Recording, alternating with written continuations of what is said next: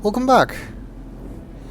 We just read Sirrus's journal, which covered the first 4 to 5 years of his period here. And it seems that he was indeed trying to get to the other palace, as he calls them, to see if he could reach the ground from there, in the hope to find the linking book there.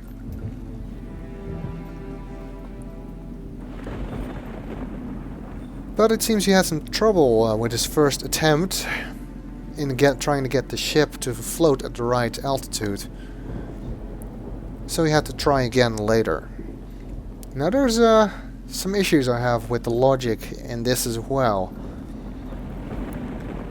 For one thing, if these rocks naturally float higher than the other palace, and Sirrus wants them to float lower, then how are the rocks holding the conductors floating at that altitude? Because he says he needs the electromagnetic fields of the conductors to keep the ship at the right altitude. But how are the conductors floating at that altitude? If they're simply weighed down, or something like that, then why can't he do that to the ship itself? It also seems highly unlikely that Sirrus would be able to line these conductors up in such a nice straight path heading towards the other palace. I mean, I can believe that he could toss them out into the clouds and try and gather electricity, but position them so precisely? How did he do that at that distance? They're not anchored either, so how are they staying there? There's obviously at least some wind in between these cloud layers, so they should be drifting away. Not to mention the fact that they apparently have electromagnetic fields, so they should interact with each other, making it even harder to position them that way.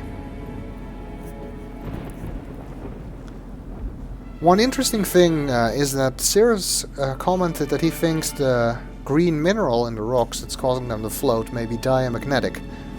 I find that interesting because, as you may recall, I said that the white crystal appears to be a superconductor based on Sirrus's description.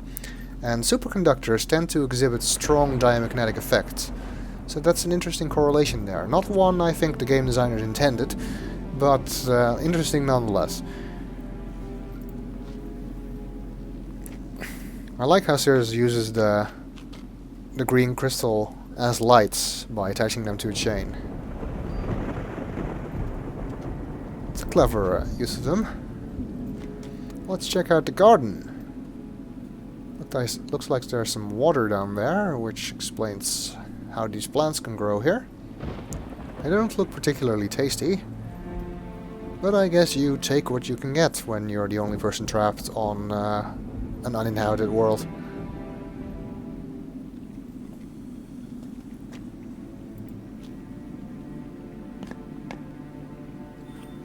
We've seen that flower before, or one like it. Your faith in me is truly amazing, Mother. How long before I kill this one? Yes, it's the flower he got from Catherine, similar to one as what we saw in the incubator in Tamana.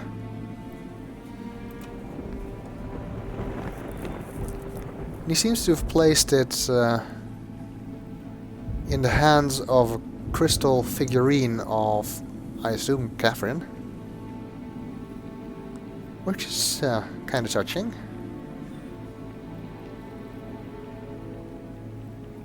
And there's this weird contraption here. It seems that Sirrus is using it to extract liquid from these plants. Filter it through crystal or something, and then store it into these containers.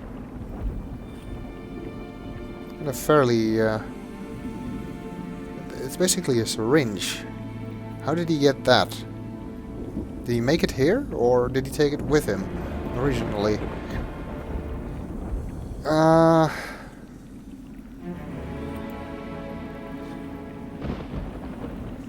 There's a paper here explaining the process of extracting the liquid, but it doesn't explain what he was doing with it. Was it just something he liked to drink? Or did it serve some other purpose? I don't think there's anything else here, no?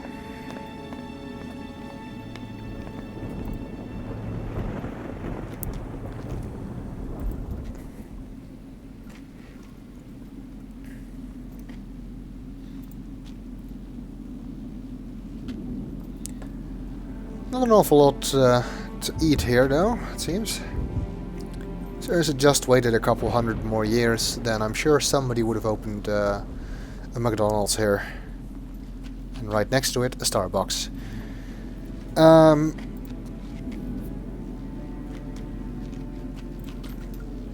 Let's check over here. This is where we arrived on this level.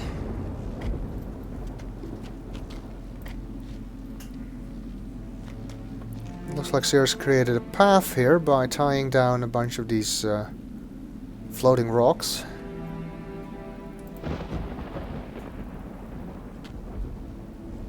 Which is a nice creative use of the rocks, I suppose. More believable than creating metal grating. And this is an elevator shaft. Maybe one of the two elevators we saw upstairs.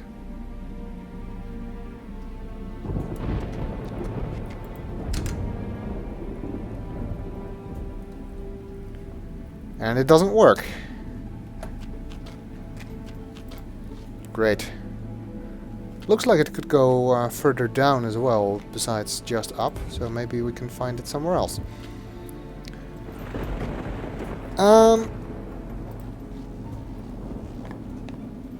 Let's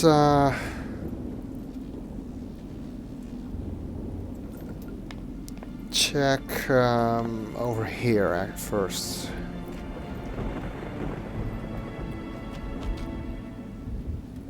See, there's more conductors up there, which we already noticed. And another electromagnet, which Sirrus said in his journal he had to use to counterbalance the first one. Again, something that doesn't make sense, because if the additional lightning conductors made the electromagnetic force of the lower magnet too strong, then that would be easily solved by removing some of the coils, or giving the coils less windings of wire on the lower magnet, or for that matter by just channeling part of the electricity through something else than the magnet. There's absolutely no reason why he would have needed that upper magnet, and that's ignoring the fact that he might just have weighed the ship down in the first place. I don't think this whole magnetic thing would work either, because yeah, I know we're giving given the hand wave explanation that it uses the magnetic field of the conductors to stay on the right altitude once it leaves the dock here. But really, if that's enough, then why would you need such powerful electromagnets here? And considering he says that he thinks that the material in the floating rocks is diamagnetic, using an electromagnet to attract it is going to have some strange results.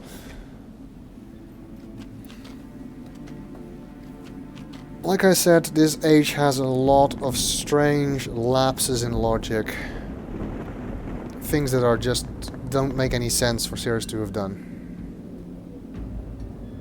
There's a piece of paper on the floor here. Let's see. Test number 27 complete. Results remain consistent with previous quartz tests. Conclusion: must have 6 lightning conductors charging cable number 1 to disrupt sample's molecular constitution, provided other cables are set correctly. Okay. Sounds like Sirrus has been doing some experiments with the minerals in this age, trying to disrupt their molecular constitution, whatever that means. And he's doing it by charging cables using the lightning conductors. Honestly, there's not an awful lot of useful information we can extract from this at this point, because we don't really know what it refers to. But let's take a picture of it anyway.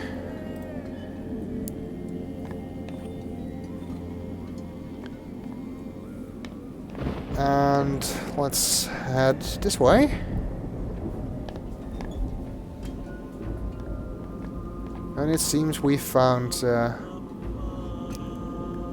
Sirrus's current sleeping quarters, which again begs the question why there's still sheets lying at his old encampment up on the top. But we'll continue in the next video.